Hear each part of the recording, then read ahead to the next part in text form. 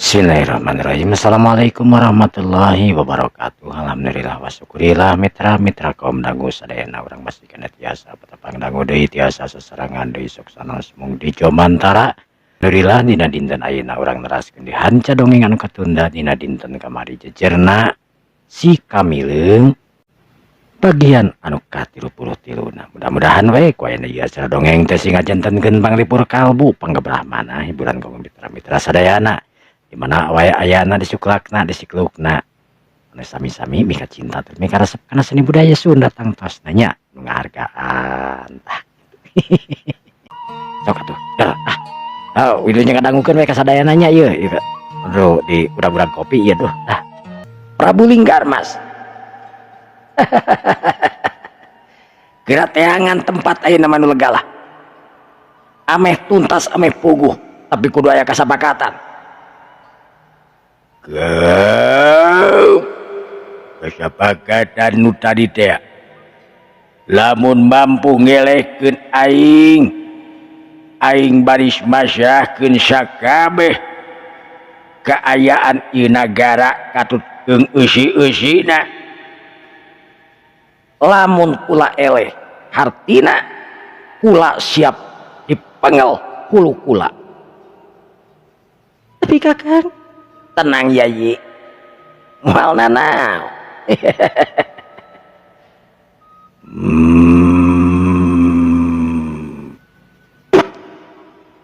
urang gada udah siapkeun ilmu kasakten aji kamangarti aing geus teu sabar geus hayang ngabeset kulitna geus hayang nyokel panona hayang nyokrok polo maneh jiga nama ngeunah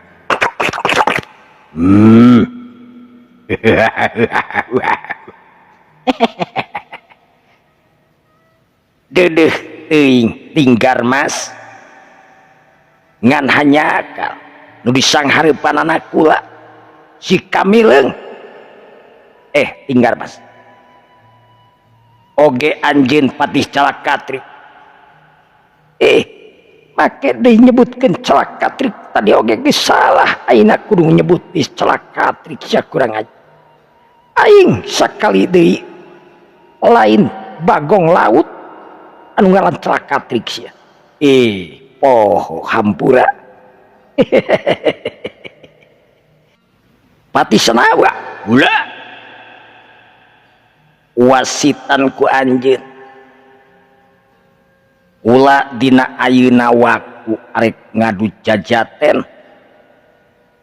tempur ngadu ilmu jeung Prabu Linggarmas kumaha Linggarmas geus siap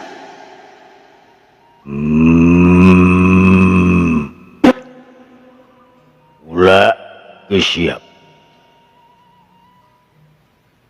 Kakang Pati kaula anu Gusti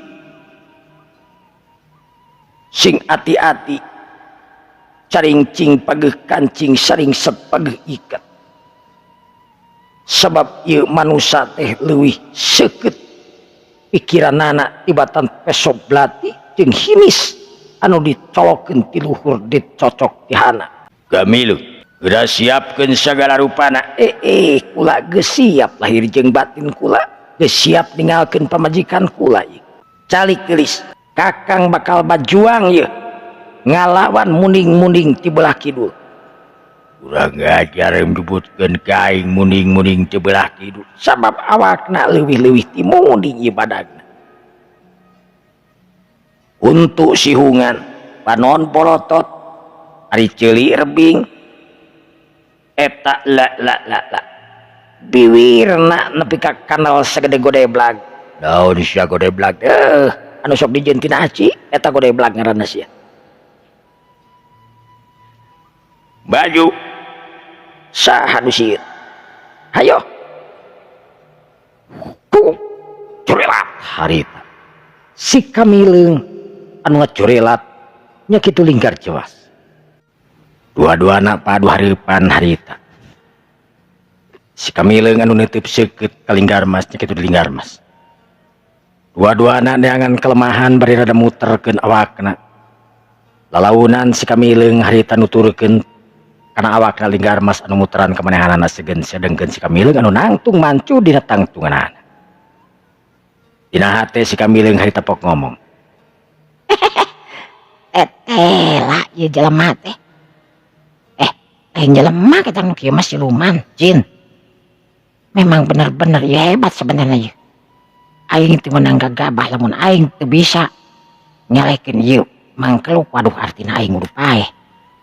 Wayahna aing kudu ngaluarkeun ajian tingkat ke-10 jeung ke-15 tapi ke-15 ieu mah.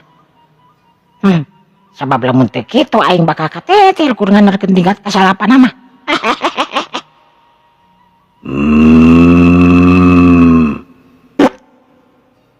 Kamileng. Aya naon ilaing teh? Gegeroan wae nakeung ku aing. Lain ku masalah keung jeung henteuna. Nageus siap si lain. Aing ngaran-ngaran gelut mah teh kudu loba omong jeung loba kiripik. Nu penting mah loba duit sia teh. Sok-sok we hayu ka dieu. Curelat. Linggar mas harita ngacurelat bari nyabetkeun pecutna anu kadenga kagleger harita lir ibarat pecut anu ngandung bom. Jelbet, jelbet. Dua pecut harita nu nyamber ka si Kamileng. Sedangkan si Kamileng anu teteg hatenan teu geumpeureun teu gareuwa. Sabab manehna geus nyiapkeun diri pasti linggar mas anu sakti tur gagah anu ngagunakeun pecut saktina.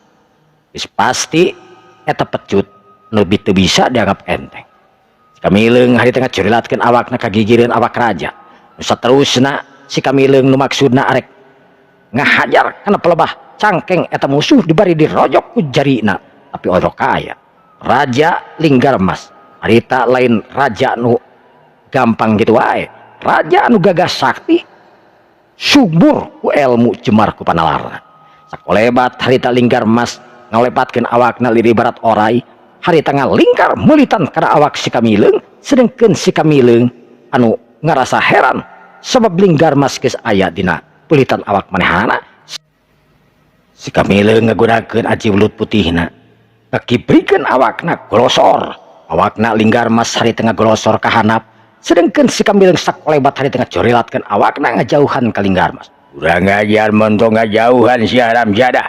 Modal corelat. Linggar Mas harita ngacorelat nyawa-nyawa geus aya di hareupeun. Gerakanana anu memang gancangna karana lir ibarat angin harita geus nangtung di hareupeunana. Sakolebat Linggar Mas leungeun anu belah katuhuna anu keur nyekel pecut harita disabetkeun kana awak si Kamileng.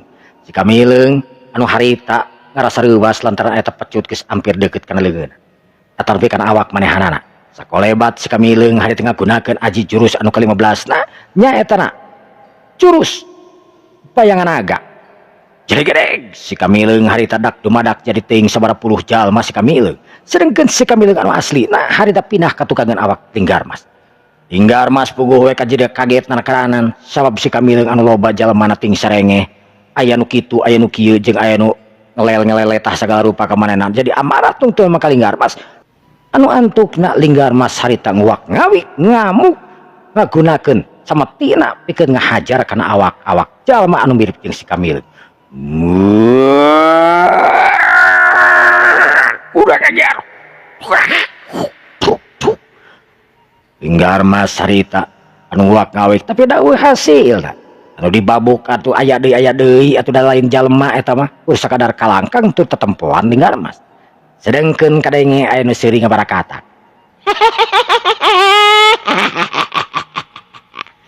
Linggar Mas harita mali ka tukang kasampak si Kamileng anu keur ngorong harita bari nyarande kana tembok. Urang ngajar Kamileng.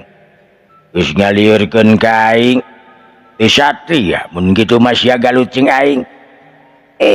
Linggar Mas eta teh ngaranna satria sabab kula ngagunakeun aji kasakten lain ngagunakeun keusik euy. Dengekeun Linggar Mas ulah loba cacapangan ayeuna urang buktikeun saha nu leuwih kuat saha nu leuwih punyu saha nu baris nyerahkeun tahta ieu karajaan. Nah kurang nu bakal paeh nah anjeun anu bakal nyerahkeun ieu tahta kerajaan ka kaula. Urang ngajar.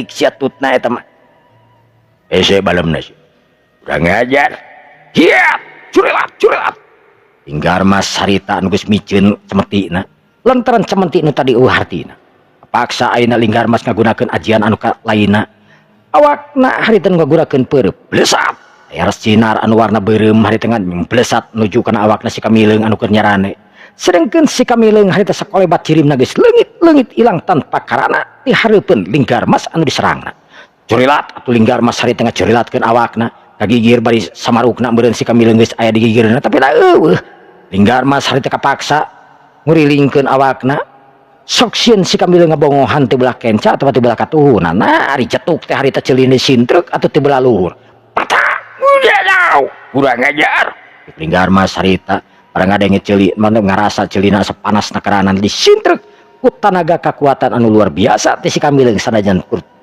sintrekan ngaranna nah ting kakara disintrek ku aing ceulina sakitu sia nepi ka geus kukuiran bangsat kurang ajar kasopanan sia ka aing ieu teh kieu-kieu ge aing teh raja Linggar Mas teh di kerajaan Janaprana rek ti kerajaan Janaprana rek ti kerajaan mana nu penting mah aing mah nyintrek ceuli anu rebing geus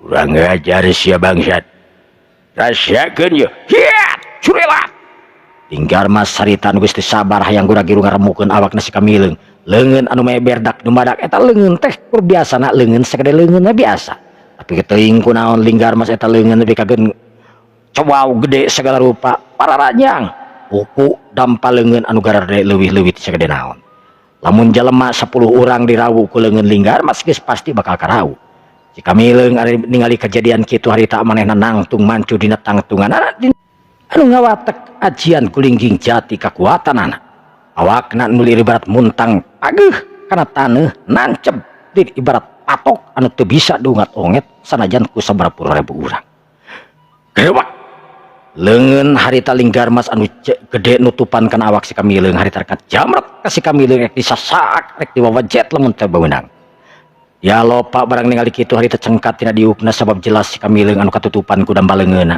diri mana teh gesek ku leungeun-leungeunna Linggar Mas sapira geuningan ieu wa aing bisa digegesek ka Mas kieu lih aweung apoe aing keur ngaruruan ieu pas aing harita ditanya keur naon maneh keur ngaru cek aing teh kitu beda we dicai sorangan ditanya teh kitu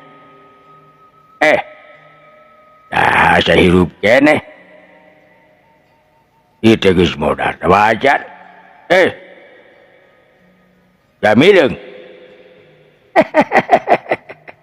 nah sia teh ngadon susurakan sorangan sakalar aing di dieu keneh ieu barang dibukakeun harita bah si Kamileung harita ngelel Linggar Mas ngajret harita barang ningali si Kamileung anu ngelel bari bolotot ruas lantaran si Kamileung anu teu kunaon teu kerel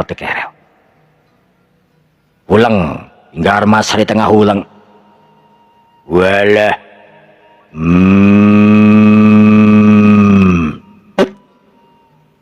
tetela siap aji kasaktena mampu ngahalangan aji kasakten kaula euy mampu ngabendung ilmu kaula tapi entong disebutkeun aing Linggar Mas lamun teu bisa modaran tur mapakan hulu sia hiat eta leungeun anu sagede pagublag teh harita dibabukeun kana awak si Kamileung anu keur nangtung mancu dina tangtunganna dina kaayaan sedekep sedekutunggal barang beledag harita kana keuna pisan kana awakna si Kamileung katingali puricakna tur hideung hawa anu ibarat angkep dina waktu sabaraha harita si Kamileung anu ngagunakeun aji lingging jati kakuatan dibarengan ku aji-aji tingkat salapan atau tingkat ke-15 nyaeta Aji Danurwendo. Aji Danurwendo mangrupakeun ajian anu memang bisa nyiptakeun atanapi bisa ngajadikeun musuh keuna sanajan kaayaan eta musuh di mana wae Si Kamileng harita ngageplakeun dampaleungeunna nuju kana awakna Linggar Mas anu memang berenang tu ngabedega. Jurelat Linggar Mas harita anu ngajurelat lempang di papag harita kuleungeun si Kamileng. Terus teu bisa dihindarkeun dua kekuatan maharohaka antara satria ti bangsa manusia si Kamileng jeung Linggar Mas ti nagara Janapria. Harita bantrok ngajadikeun hawa jeung kaayaan dia tapi tempatan angkeb sapada harita. Haseup hideung lir ibarat ngeluun tina dua awak anu geus teu kaciri ngan anu jelas teh katinggal di ting puricakna jeung angin anu muter di sabudeureun eta jalma nu keur tararung. Linggar Mas ngarasa kaget tur heran, kekuatan si Kamileng teu bisa dianggap enteng. Harita bantrokan kekuatan anu geus teu bisa dihindarkeun ngajadikeun Linggar Mas haye tengah jengkang ka tukang jauh teuing sabaraha puluh meter.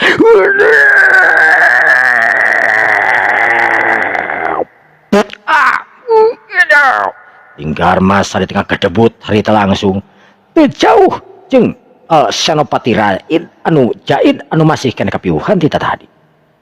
Sakabeh nu aya di dinya muringkak bulu punukna. Sabab Linggar Mas mangrupakeun hiji raja anu gagah tur sakti. Anu teu bisa dielehkeun sanajan ti kerajaan-kerajaan mana. Kerajaan Janaprana mangrupakeun kerajaan anu gagah tur maha sakti dirajaan ku Linggar Mas. Ayeuna urut taluk kudu sumujud ka hiji satria ti bangsa manusia anu ngaran si Kamileng. Patih Sanawa harita nu tungkul disamperkeun ku si Kamileng. Patih Sanawa kaula nun Gusti kunaon jadi anger sia ngomong teh henteu kabita kudu nyentak tadi teh. Ampun Gusti, kaula pada ngiring ka Kangjeng Raja. Kaula bade tumut kana naon ucapan-ucapan Kakang Gusti Prabu Linggar Mas. Kumaha cenah tadi? Anu kakuping mah cenah aya bala-bala ngan rada haseup. Bisa dicaosan sia. Teu tiasa tetep haseup jeung liat pang-pang nama huntu ngabareletok eduana. Teung teuingeun tanu dagang. Saha nu dagangna? Lilis nya. Luar biasa. Hayu urang sampeurkeun Raja Linggar Mas. Imalat sumangga. Wanana harita laleumpang ngakidi. Yai, kedah nyebut yai, ayeuna mah ketang.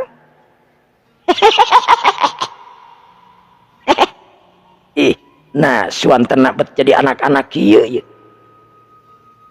Perasaan teh asa ngadengi anak si Mimin.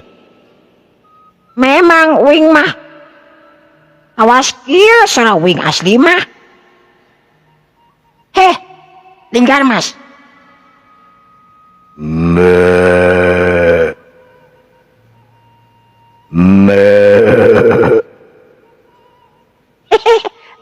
Suara eme.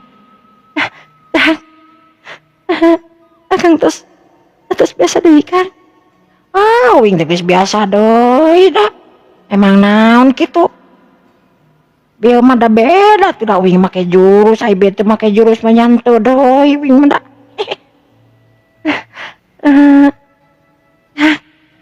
Naon yang dikawin. Ayo orang uwi Kang entos naon encan Kang mencan sok rusuhan naon encan Kang mencan. Tapi cangkeul Kang. Naon anu cangkeul? Ieu hate Kang hate. Linggar Mas. Engekeun uing, pawuh keneh ka uing. Ya, iya.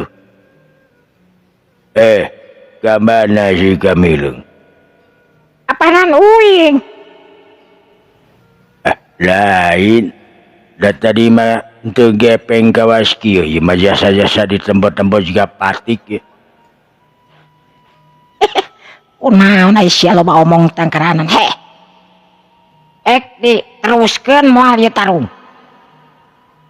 Aduh, ampun Gusti tobat. Kula geus teu mampu teu kuat pikeun neruskeun ieu pertarungan. Dina detik ayeuna kene, dina waktu ayeuna kene, kula rek nyerenkeun ieu nagara masrahkeun ka kawasan. Mung sabab uing mah lain bangsa jin. Teras kedah kumaha jisim abdi Gusti? Hiji, maneh ulah ganggu deui ka manusia. Lamun emang eta kanyahoan kagangguan maneh ka manusia, geus bisa dipastikeun lain kur maneh nu ancur lebur, lain kur nagara maneh nu ancur lebur, tapi jeung maneh-manehna sakalian kuing diancurkeun lebur. Waduh ampun. Kusa terasna ieu kedah kumaha jisim abdi? Maneh ayeuna geus talu kawing? Sumuhun abdi sumujud. Sumujud lain ka bangsa dewek euy, tapi sumujud mah kanu nyiptakeun ilaing sakabeh. Dewek mah kur sakadar manusia ciptaan aman tena. Lamun ilaing ayeuna ngagugu kawing, ilaing linggar mas dengekeun ku maneh. Peperangan urang ayeuna geus beres, geus teu kudu aya masalah ngan hiji ulah arek ganggu ka bangsa manusia. Komo deui bari jeung ngeneng-ngeneng itu ieu komo ayeuna keur usum slot. Lieur. Ampun Gusti. Tapi sanaos kitu abdi ngagaduhan pamaksa dan hoyong ngiring ka salira Gusti. Kumaha carana make jeung hayang milu kawing sagala rupa ieu teh? Gusti ulah teh bangsa jin. Bisa itu, bisa ieu. Bisa mancala putra, bisa mancala putri. Terus ulah ayeuna ti detik ayeuna bakal ngiring ka salira Gusti, hoyong kabandos ka salira Gusti etang-etang. Ulah nyebakeun diri ka salira. carana tudah kumaha ieu teh? Ek digandong ku uing eta wae leumpang mah nya bangsa jin mah bisa leumpang beurang beureunan di tempat nu caang. Gusti ulah boga wasi aji, ulah boga ajian-ajian karamat, ulah boga perhiasan anu siap dianggo ku salira Gusti pikeun media kaula ngiring jeung Gusti. Naon teh di antarana cingan sok? Aya cincin, Cincin, aya pedang, pedang, aya tumbak, aya oge iteuk sakti, itu aya oge totopong gaib. lamun totopong gaib uing butuh. Sumangga Gusti. Ieu totopong sakti warisan 7 turunan. Turun timurun ayeuna turun ka kula. Nu saterusna rek diturunkeun ka salira Gusti piwarang dianggo dimanfaatkeun meh teu kapanasan, meh teu kahujanan, meh tiasa hiber, meh ngawang-ngawang di Jomantara. Nah, Khasiatna memang bulu kelek tidak sama dengan bulu. Memang tidak sama bulu kelek dengan bulu. Memang Bu. nges. Tong diteruskeun moal aya tungtungna. Ieu teh anu katujuhna kaula nampi ikat ruhun kaula. Ieu totopong teh hiji-hijina totopong sakti di alam gaib, hiji-hijina totopong sakti anu dipikasieun ku bangsa jin. Moal aya hiji ge jin anu mampu ngalawan kana ieu kamampuan tur kahebatan ieu totopong.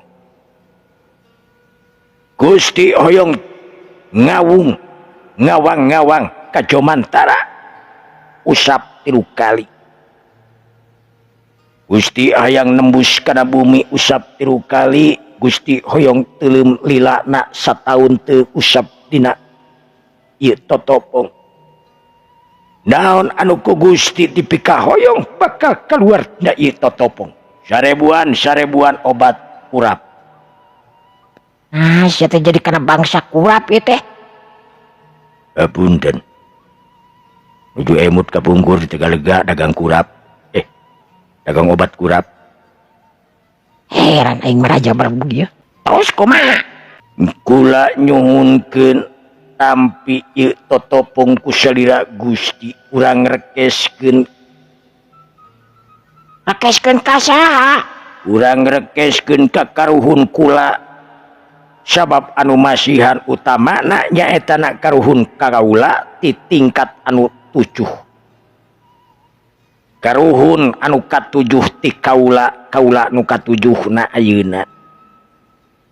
Tapi hanya kalku kaula bakal dipasihkeun etang-etang sumujud kaula ka anjeun etang-etang taluk kula ka anjeun. Bari sajering kitu kaula bakal ngiring kana ieu totopong. Ulah moal bade deui cicing di ieu nagara. Kakang Patih Sandawa. Kaula nun Gusti. Wayahna Paman Pati oge Senopati Jaid ayeuna anu kudu ngaganti kaula salama kaula aya di bangsa manusia. Nah eta teh tos diemutan ku salira Gusti Linggarmas. Kula geus mikiran disaprak kaula eleh tarung kula kudu jadi satria. Kula kudu ngawujudkeun yen kaula lain jin anu sok ngabohong.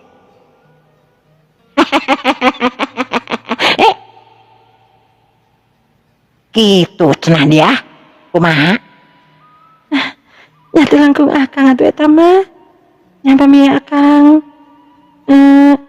Rasanya mangga pemintunya naon. Kuing bisa dicoba. Sumangga tak bisa kedap. Urang rekeskeun heula. Cing sok atuh. Sampurasun Kahyang Agung. Kula nyedya nyerenkeun ieu barang pusaka warisan ti 7 turunan. Diserenkeun ka Gusti Agung si Kamileung namina. Mudah-mudahan salira pangersa anu 7 ngawidian kana paniatan putra ayeuna.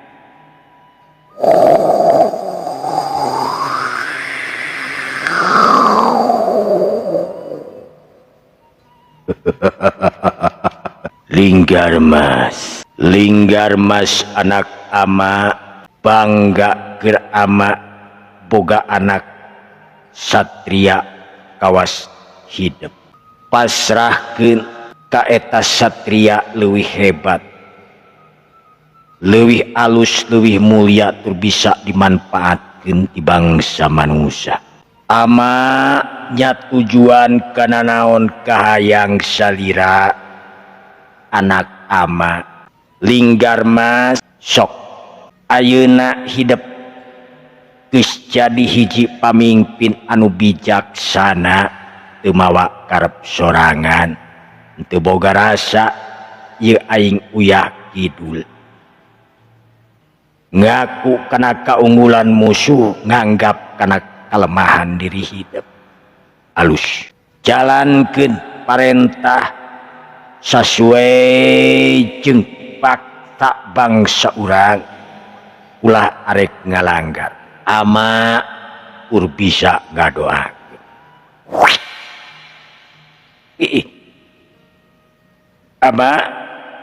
Ama Gusti Kamileung. Nah tuh ya yang jadi tumuh teh teu kopi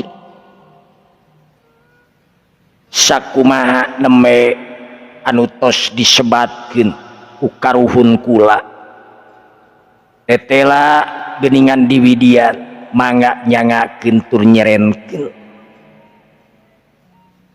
ieu anu disebat totopong karamat. jadi ieu teh milik uing ayeuna teh bisa dicoba kuing Sumangga teu langkung salira ieu ayeuna tos milik salira. Kep taleungeun nyepeng kana eta totopong si Kamileung. Si Kamileung harita barang nyekel eta totopong karasa leungeunna asa hampang nekeranan. Awak si Kamileung geter hebat harita.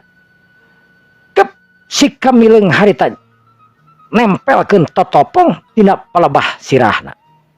Barang pret harita totopong leungit ilang tanpa karana nu aya hiji satria ngajangelek gagah lir ibarat dewa. Dia lopa harita molohok sakabeh nu aya dirinya robah pamunteuna ajrih keung sieun ningali satria nu maha gagah anu aya di hareupeun manehanana.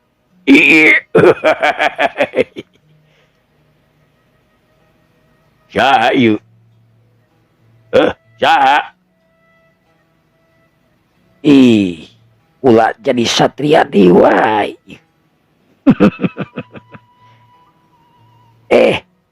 Si Kamileung kula mah teh kunaon ieu menikat gala leumpeur kawas kieu? Kakang, nah itu kakang. Ieu teh kula. Emang kunaon ieu teh? Cepat engal dibuka deui atuh Kang. Tapi kumaha cara mukana ieu mah geus narapeunna awak kula.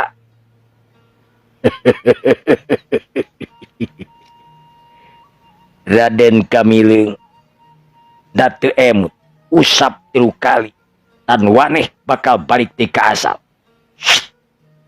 Oh gitu.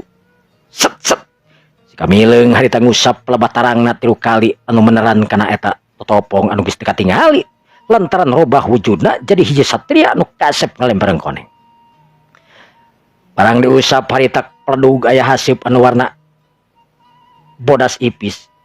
Jangelek deui balik deui jadi jerim si Kamileung anu asalna.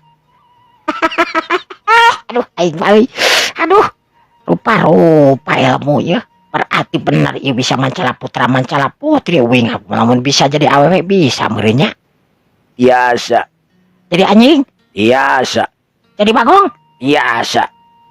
jadi Biasa. encan jadi naon jadi salakina dia lopa Biasa. nyangga satu ayeuna mah kulantaran waktuna anu geus sore uing teh da teh jam sabaraha teh puguh jamna geuning di alam siluman mah nya teuing jam sabaraha ieu ngan anu jelas ieu waktu uing ieu teh lumayan geus lila hartina uing teh meureun teh geus beurang teh geus peuting teh geus tengah peuting uing ayeuna rek pulang ka alam manusia. Gusti teu hilap kula oge sarua bakal ngiring ka Gusti antosan Gusti kula bakal ngiring ka salira. Di mana maneh cicik Ina totopong meureun berat moal eta awak raja Linggar Emas anu geus pamitan ka Pati Sanawa jeung Senopati Jail nu kakara sadar oge ka para mantrina harita ngaleutikan mantukna harita jadi haseup nyiut asup kana sirahna si Kamileung anu geus make totopong ajaib anu nerap dina kulitna si Kamileung anu teu bisa dibuka sing kusawae kecoa kajaba ku si Kamileung. Antukna si Kamileung dina waktu harita mulang deui ka alam manusia. Jadi gedeg si Kamileung harita geus nangtung di hiji batu anu aya di sisi leuweung. Di mana manehna tadina memang asup di daerah dinya. Tulang cileung ka kenca ka katuhu katingali dia lopa oge arita nu keur nangtung aya tukang ngeunana. Ya, Kang, aduh. Meni asa deg-degan pisan dia mah. jam sabaraha ieu dia itu tengah peuting apa tengah poe euy. Amun nempo keluar mah caang. Tapi aya ka dieu mah nah poe. Kayak kaleubeung modal seueur ka kayon tuh, Kang. Rasaina urang mereka mana, Kang? Hanya orang teruskan perjalanan dah orang teh kejenting kumaha-kumaha ge da lapar beuteung mah. Terus kumaha tuh, Kang? Ya, apa nancena orang teh bisa ngapung. Kumaha lamun ieu orang ditesnya, orang dipenta wes mauna jeung hasiatna kaula tina ieu totopong hayang sina bisa ngapung kumaha. Terus dia kumaha? Dia mah ditangkep bareup-bareup jeung akang kumaha. Ih, Meni. Si Kamileung hayang hayang nyoba manehna ngapung. Si Kamileung anu rek ngagunakeun ngetes kana eta cenah mah bisa ngapung. Wantukna si Kamileung harita nangtung bari nyepeng kana leungeun Diah Lopa. Ngusap 3 kali pelebat tarangna anu make totopong. Bari ngomong, Ieu totopong kaula menta maunat jeung hasiatna. Aing menta ngapung ngawang-ngawang ka Jomantara. barang beres harita ngomong karasa suku si Kamileung harita ngageter. Belesat. Si Kamileung harita ngabelesat naik ka Jomantara ngapung ngawang-ngawang jeung Diah Lopa. Diah Lopa meningot ceak lantaran riwas teh manehna geus aya di luhur tungkul. Kang, aduh. Kadi. Si Kamileung harita bari ngaleng ka Diah Lopa. Diah Lopa ngahep-hep riwaseun harita. Manehna saumur-umur kakara dibawa ngapung model kawas kitu sararea oge kakara da nu bisa ibarat si Kamileung we nu bisa ngapung. Diah Lopa nu antungna beuki lila beuki teteg. Tu resep kaayaan di eta pitempatan. Pemandangan anu endah nakeranan pabaliur jeung manuk anu nutur-nutur kadang-kadang nu pasuliwer ngahalangan jalan. Si Kamileung harita ngapung ngawang-ngawang. Ya, gunakeun aji kasakten euy. Gunakeun panerawangan gaib pikeun empo ka alam naon teh ka darat. Aya naon ieu di darat teh soalna urang ayeuna anggap keur patroli. Naon, Kang? Diah Lopa harita ngawatek ajanana pikeun ningali kajauhna. Nya kitu di si Kamileung. Brai katingali alam dunya dihanap. Meni ngampar katingali jalma anu liwat jalma anu keur dicai jalma anu ieu kaliwatan ku si Kamileung. Reg si Kamileung harita muter ata eureun di awang-awang harita nincak dina pelbah mega. Si Kamileung neuteub seukeut ka handap barang ningali aya sabara urang jalma dihanap anu katingalina keur tarung ragot. Aya nu keur gelut euy saha nya? Cek si Kamileung harita bari nunjuk. Kang pada jawara tuh tinggal digerak. Cek Diah Lopa anu neuteub seukeut. Si Kamileung harita ngagitekeun awakna harita sorolok. Si Kamileung harita turun. Ngan kedan can turun ka handap si Kamileung ngadekeutan ka eta jalma anu keur tarung. Tetela eta jalma anu keur tarung teh pangawakanana jangkung badak. Ya leungeunna ngegaplek harita pedang. Si Kamileung harita neuteub seukeut bari kerung. Pok ngomong ka Diah Lopa. Maneh apa kan nyekel pedang dia? Siga nama. Ya si Konang. Nya memang si Konang, tapi benar teh si Konang kesirup di wae. Padahal mah guruna teh cenah Ki Aub teh geus modar. Orang turun we. Tinggalikeun heula we, Kang, sareng saha eta musuhna? Si Konang anu kakara guguru. Naon teh anu kakara kaluar ti perguruanana Lupat Jati. Perguruanana Jalakmas nyata Ki Jabal. Ki Kondang anu geus dibere ajaran-ajaran tur geus dicageurkeun ku Ki Jabal. Hiji kolot anu gagah tur sakti. Lanceukna nyaeta Ki Sabil. Ki Kondang harita nu kaluar ti paguron ngaron jalan-jalan tur papanggih jeung jalma anu memang eta jalma teh mangrupakeun jawara kaho. Anu tetela eta geuningan Ki Balageni. Kibala geni adina Kiburik Jagon jeung Kirangga Geni anu keur lempang tur papanggih jeung si Kondang anu antukna duanana padu hareupan tur tarungun nepi ka ramet ragot nakeranan.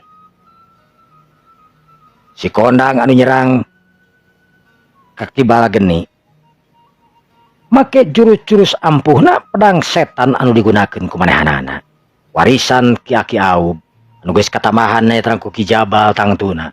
Beuki we gagah tur saktina ki si Kondang. Kibala Geni. Ka mana wae geuning si laing teh euy. Lawas teu papanggih jeung aing, ayeuna geus muncul di hareupeun irung aing.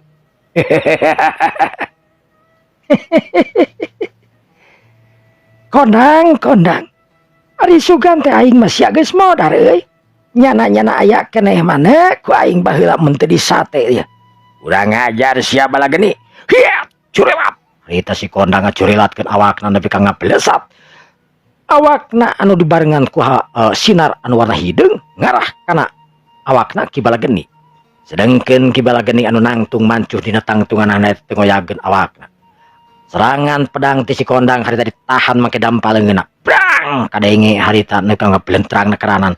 Tina dampaleungeun keluar cahaya nepi ka ngapuricak nakeranan. Nandakeun Kibala Geni bener sakti tur weduk ku senjata naon wae. Dalig deug Kondang harita mundur ka tukang dadalig deugan. Sedengkeun Kibala Geni harita ngomong ka si Kondang. Can cukup ilaing kudu ngalawan aing euy. Wayahna ilaing guguru deui 5 tahun tawa 10 tahun lamun hayang ngalehkeun aing. Dengekeun aing si Bala Gondang.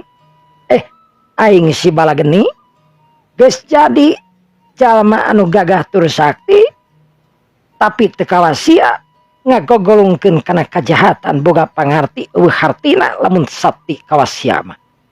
Urang ngajar sia bangsat. Kibala Geni 10 tahun aing teu papanggih jeung maneh tapi tetela aing ngaku. Kana kahebatan maneh tapi lain hartina aing eleh deulun. Bila rasakeun aji pamungkas ti kaula. Saut si Kondang harita nyebrutkeun ngagunakeun pedang setan daya. Awakna jojorelatan harita ngarah kana awakna Kibala Geni.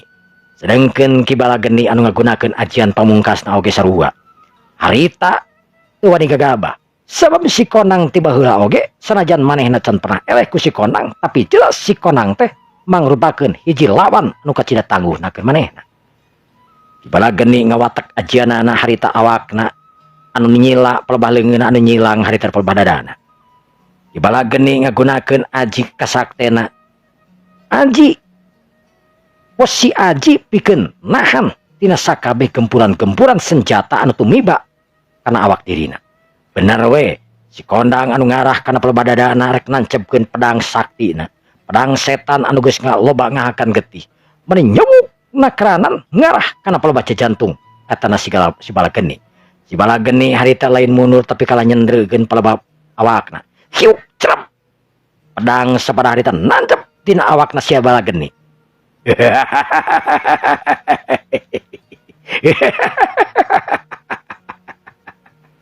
Si Kondang harita sesirian beri lalengakan sedengkeun Kibala Geni harita ngabetem. Tapi panonan neuteub seukeut ka si Kondang.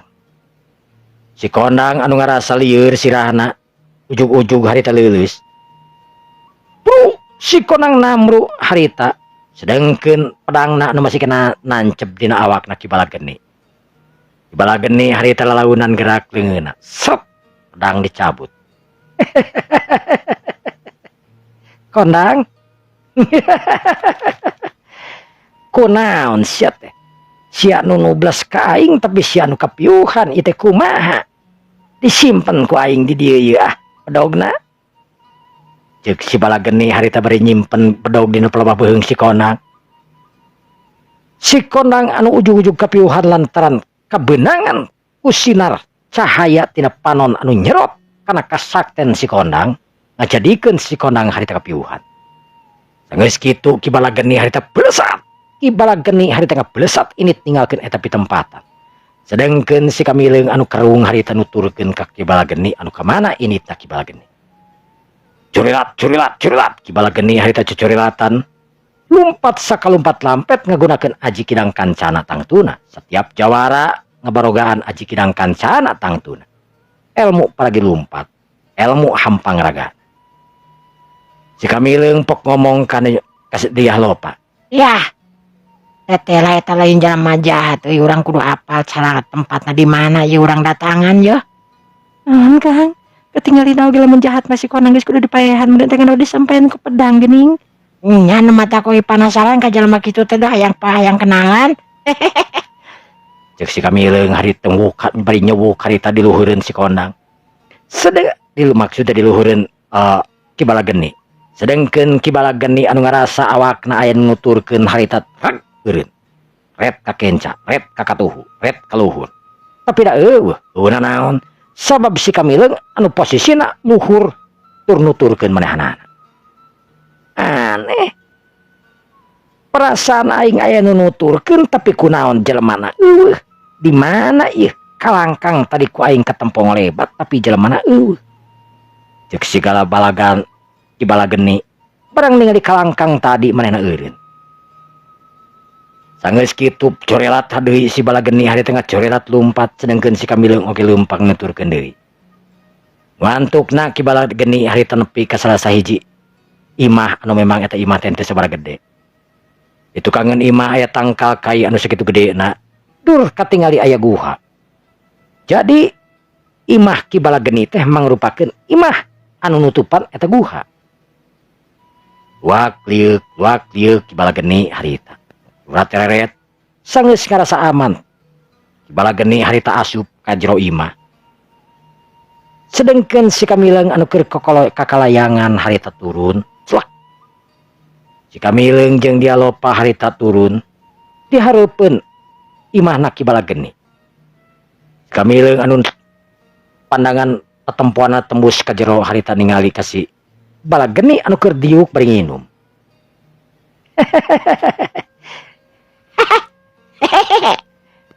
Sampurasun.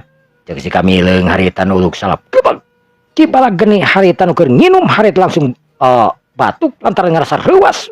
Biasana tara aya nu uluk salam ka manehna. Rampes. Saha anjeun kisana? Cek kibala geni harita ngagorowok. Uing. Uing gitu ya. Cek si Kamil, uing saha? Pokokna mah uing geus. Cek si Kamileung. Bala geni anu kerung harita. Tapi manehna aneh henteu amarahan. Kibala geni harita langsung keluar. Parangret harita ningali hiji jaka anu kasep jeung hiji wanoja anu geulis. Kibala geni kerung sabab manehna can pernah apa, can pernah nyaho saha eta jalma anu aya di hareupeunana. Saha anjeun teh? Bade ka saha? Sareng ti mana bade ka mana? Aduh, menikot di borong kieu yeuh. Uing anu ngaran si Kamileung teh ieu kabogoh uing anu ngaranna nyaetana ya lopa uing teh sabana keur ngalalanangan kabeneran nepi ka ieu pitempatan. Tapi di sidik-sidik ieu imah teh kuraya hiji-hijina jabadit jerona teh aya guha deui. Nah anjeun apal ti saha? Atuh kudu apal ti sadap sabab geus kaciri jerona aya guha tuh ngabulungbung. Terus tina lebat itu nabi keur nginum pan. Bala geni harita ngareret bari ngawulang. Nah, cenah ieu jelema teh mage jeung apaleun ka ura ka jero-jeroan imah aing kitu ceuk bala geni. Saleresna saha salira teh? Ceuk bala geni aya nama sopan. Teh kudu sopan-sopan teh di bala geni da uing mah jalma biasa ngan henteu jahat. Uing ngaran si Kamileung anu keur ngalalana neangan pengalaman ya sugan we atuh papanggih ki bala geni ayeuna. Uing bisa manfaat. Nah make jeung apa sagala kana ngaran kula. Apanan uing keur nempo bieu ki bala geni tarung jeung si blekok kondang cantok. Si kondang? Si kondang. Jadi bieu anjeun teh ningali kuring tarung jeung si kondang. Mangga kalbat urang ngadongeng atuh kitu mah. Ceuk Ki Balageni harita langsung nitah asup. Sabab geus ningali kana galagatna ieu jelema nu ngaran si Kamileung teh lain jalma jahat, tapi memang boga kasaktian tur kasaktian anu memang luar biasa. Gek harita Ki Balageni diuk. Mangga calik. Ki Balageni harita nitah diuk ka si Kamileung jeung dihalopan. Kek. Kula jadi ngarasa heran ku anjeun ya. Saderek Kamileung. Kamileung itu kudu maka saudara saderek segala rupa satebeta oing yang biasa kasar biasa kieu terus dia sebutkeun saderek sadarak sidirik. Jadi era kawingna ge mending kana geus biasa-biasa we. Teu nanaon atuh pami kitu mah. Jadi jang Kamileung teh ayeuna bade ka mana? Wing teh ayeuna teh keur ngalalana.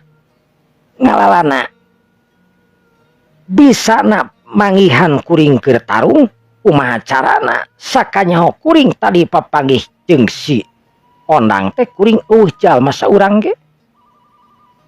Tong boro-boro ning si pating jalma sasatoan ge kabur nyingkah nu wani ngadeuketan di mana tadi kurang keur tarung. Masalah eta mah masalah gampang cek uing mah.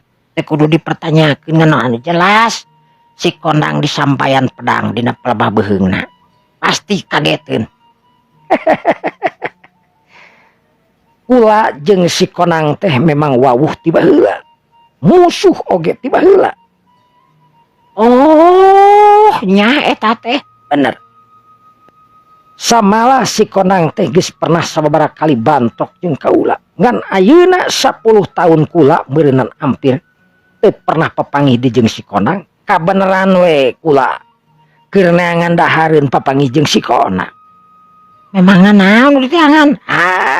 Sabangsa ning uncal, sabangsa ning peucang, lauk. Naon nu kasampeur maklum saya kula aya di Huleuweung. Kitu jah. Kamileung oge ieu sahaya ieu. Abdi Dialopa. Oh, Dialopa. Calon pamajikan. Calon pamajikan itu gelisnya. Kula teu apal gelis jeung henteu sabab kula tarat tetemong tarap papanggih jeung manusia. Ngan anu jelas hidup ayeuna datang ka ieu pitempatan tang tuku kula kudu dihormat. Kula memang ngaran Ki Balageni teu kudu ngenalkeun sabab anjeun geus apal leuwih ti heula. Ki Balageni teh boga lanceuk anu ngaranna Ki Rangga Geni lain. Nah, geuningan apal? Pokona mah apal weh. Jeung lanceuk nu hijina deui, lanceuk anjeun teh ngaranna Ki Budak Jagon kan? Memang benar eta lanceuk kula, tapi nya kitu. Teuing geus sabaraha puluh tahun kula teu papanggih jeung dua lanceuk eta sabab memang beda pendapat jeung kula. Oe ngarek nanya kumaha lamun lanceuk maneh ayeuna Burik Jagon paeh. Nah maneh rek pangbalaskeun dendam. Ki Balageni harita neuteub seukeut. Kunaon anjeun make jeung nyebut kawas kitu? Oe ngarek nanya we. Lamun ibaratna ieu mah Ki Burik Jagon kan jahat yeuh teu sapendapat jeung maneh tapi paeh tah ku musuhna. Nah maneh rek balas dendam? Lamun balas dendam hartina kula moal mungkin sabab kula nganut lain ajaran manehanana jeung teu sapendapat jeung manehna. Tapi sahenteuna we ari lanceuk ditandasa ku batur mah sanajan salah ge perih hate mah tang tu boga. Tapi moal balas dendam, keur kula moal rek balas dendam. Lamun balas dendam sarua jeung kula gelona sarua. Sanajan kula eta lanceuk ngan lanceuk anu teu sapendapat. Lamun eleh ku batur, lamun perlaya ku batur, hartina manehna geus narima karma tina kajahatanana. Kunaon anjeun make jeung nyebutkeun? burak jagon lamun paeh atawa rangga geni. Si Kamileng ngareret ka dialopa ngarti. Nu seterusna dialopa kita dehem. Janten kieu kibal geni seleresna burak jagon teu parantos perlaya. Parantos perlaya. Usaha. Akibat tarung sareng Kang Kamileng. Tarung sareng. Sareng Kang Kamileng. Jadi anjin anu geus maehan burak jagon. Uing. Sabab uing karunya ka anak buahna, karunya ka warga anu katikung kapihung. Anu teu bisa kumaha-kumaha pasrah kana kayaan bari jeung teu sampurna basrah kana kayaan bari jeung teu saluyu. Pan karunya teteh matak uing saeutik gedena teh maehan hiji tapi ngabebaskeun jalma anu retusan atawa ribuan. Bener. Kula panuju Kamileng sanajan hate kula memang tadi